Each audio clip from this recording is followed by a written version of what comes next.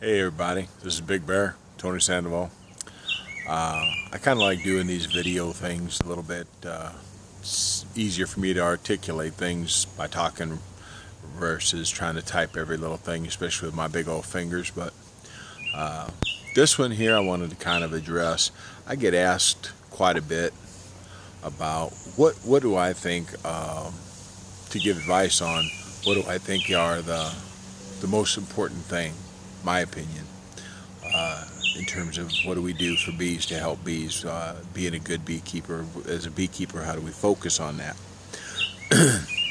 And for me, ultimately, I call myself a conservation-oriented beekeeper. I call myself a scientifically organic beekeeper, and it all ties together in the fact that ultimately my goal is to reduce stress on the colony. With my hives, the way I manage hives,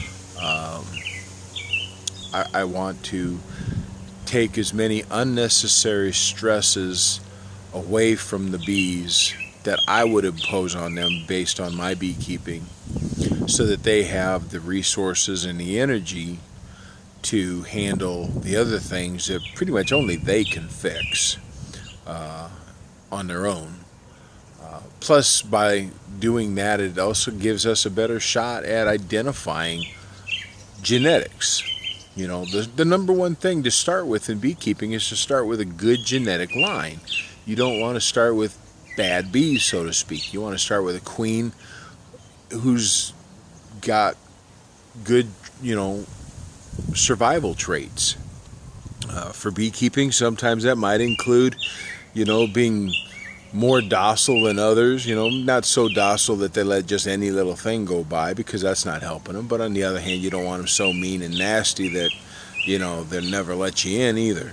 They terrorize everybody around. So there are certain kind of traits we look for in a queen that starts everything starts with the genetics.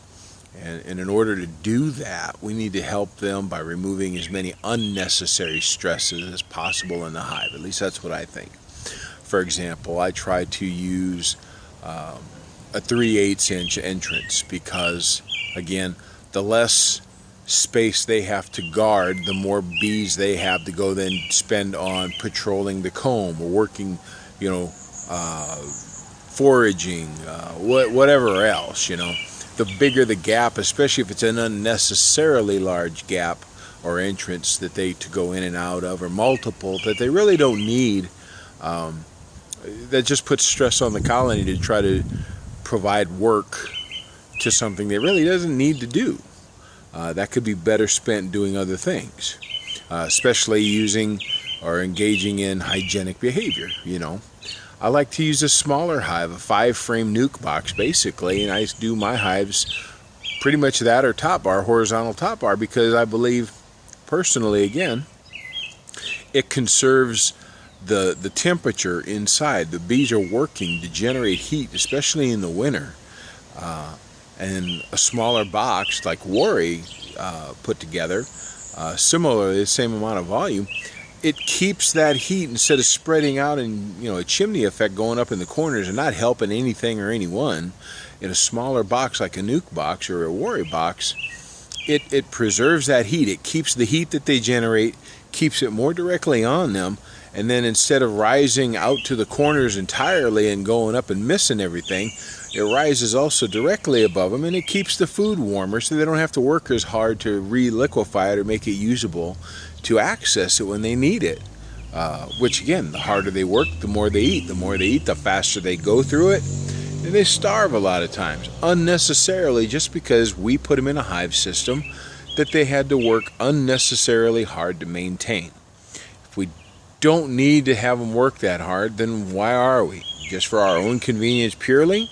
To me, that's the whole opposite of when people say, well, you don't do anything with a hive, you're just a bee haver. Well, if all you do is basically coerce and force bees to work in your system to no regard to how they have to do things, you're no better than that bee haver, just in the opposite direction. You're just, you're a bee sweatshop owner, no respect for the animal, for the insect. And again, I'm kind of a libertarian leaning fella, and I believe let them, do what they can with their own abilities as much as they can. I don't need to dictate to them after 170 million years what to do. They pretty much know how to survive if they've made it this long. I just want to do it in a way where I can kind of sneak in some of the things I want to try to get from them. Honey, wax, pollination. I don't see a need to unnecessarily have them work and become weakened or unable to keep themselves managed just because it's convenient to me, depending on that convenience, So to me, really everything comes down to reducing stress on the colony, and that means through my management methods, reducing stress through the hive types I use, reducing stress by making sure that there's plenty for them to go to. If there's not enough food, it's not their fault if we got a really hot, dry summer and it dries up all the flowers. Just like you and me if we were growing gardens and all that, our gardens would fail and we would be out of food there. The good neighbor policy applies, I think, even to bees.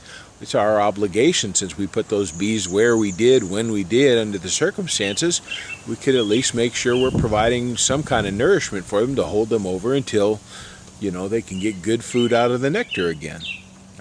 That reduces stress by making sure we put that food out there and making it available to them. So that answers that question when people ask me, what's the most important thing in beekeeping to me? Is reducing the natural stress load, or the unnatural that we're putting on them, I guess, in that way. So that's the Big Bear way of looking at things, and I'll be seeing you in future little videos like this and giving you my 2 cents on how things get done, and you feel free to agree or disagree or anything, but be nice.